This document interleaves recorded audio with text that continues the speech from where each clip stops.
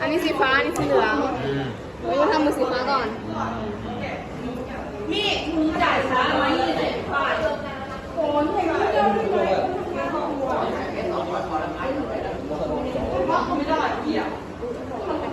ือง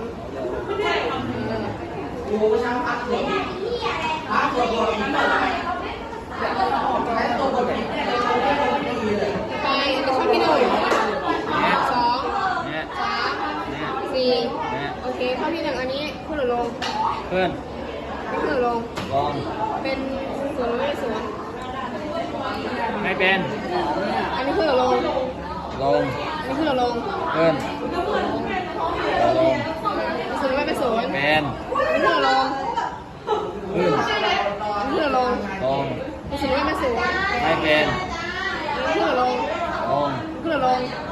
ขึ้นลงเป็นศูนย์ไม่เป็นศูนย์เป็นอันไหนเป็นศูนย์บ้างอันนี้กับอันนี้อันไหนไม่เป็นศูนย์อันนี้กับอันนี้